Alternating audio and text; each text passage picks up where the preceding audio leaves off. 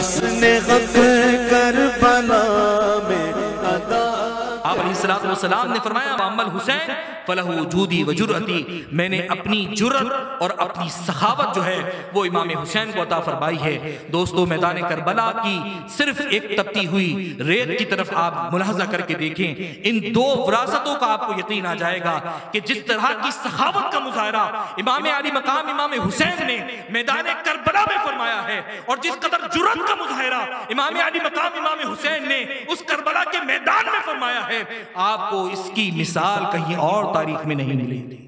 امام علی مقام امام حسین رضی اللہ تعالیٰ عنہ کو روکنے والے روک رہے تھے، جب پتہ چل گیا کہ کوفے والے بدل گئے ہیں، انہوں نے اپنا عہد توڑ دیا ہے، وفادار نہیں رہے ہیں، اور یزید نے اپنی فوجیں بھیج دی ہیں، وہ عنقریب آپ کو گرفتار کرنا چاہتا ہے، آپ سے لڑائی کرنا چاہتا ہے۔ امام علی مقام امام حسین کو روکنے والے روکنے لگے کہ واپس چلیے، مکے میں چلیے، مدینے چلیے، وہاں عقیدت مند محبت والے اہل معدت موجود ہیں جو آپ کی حفاظت بھی کریں گے، آپ سے عقیدت بھی رکھیں گے، آپ کے ہاتھ بھی چومیں گے، آپ کی بات بھی مانیں گے، لیکن آپ اس راہ کو چھوڑ دیجئے، آپ واپس آ جائیے۔ حضرت امام علی مقام امام حسین رضی اللہ تعالیٰ عنہ نے اس موقع پر ارشاد فرمایا کہ آج میں وہی اشعار پڑھوں گا جو ایک صحابی جب وہ غزوہ بدر و احد کے اندر جا رہے تھے، ان کے بھائیوں نے ان کو روکا کہ تم جاؤ گے مر جاؤ گے، جاؤ گے تو ہم سے رشتہ ختم ہو جائے گا، جاؤ گے تو تم اپنی جان آفرین کے سپرد کر دو گے، تم نہ جاؤ اپنی جان کھو دو گے۔ تو انہوں نے اس مقام پر کہا تھا سامدی وما بالموت عار علی الفتى اذا ما نوا خیرا وجاہد مسلما،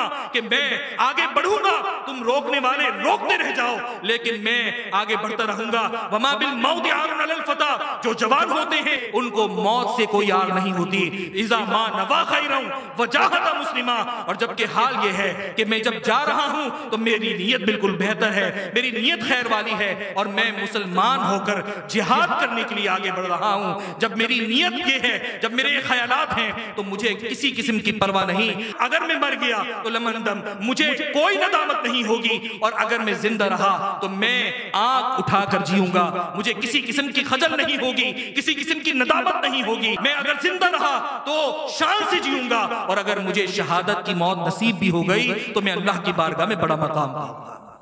تو یہ امام علی مقام امام حسین کہتے ہوئے نظر آ رہے ہیں۔ ذرا غور تو فرمائیے کہ کتنے کم افراد ہیں، 80-82 افراد ہیں،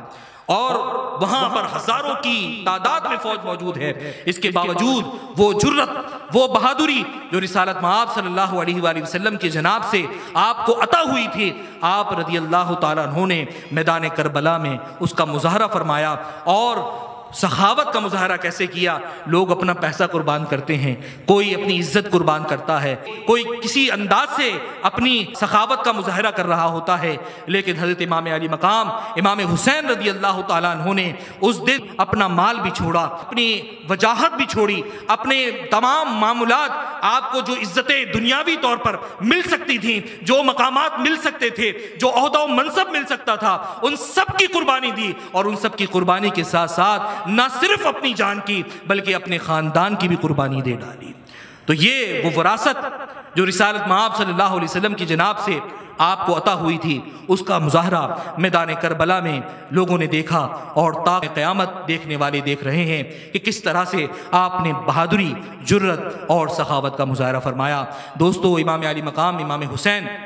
رضی اللہ تعالیٰ عنہ ہمیں میدان کربلا سے یہ درس دے رہے ہیں کہ ہم اسلام کی خاطر، دین کی خاطر سب کچھ کرنے کے لیے تیار ہو جائیں۔ اگر ہم واقعتاً خدا اور اس کے رسول سے محبت کرتے ہیں، واقعتاً ہم دین سے محبت کرتے ہیں، تو پھر ہمیں قربانی دینے سے دریغ نہیں کرنا چاہیے۔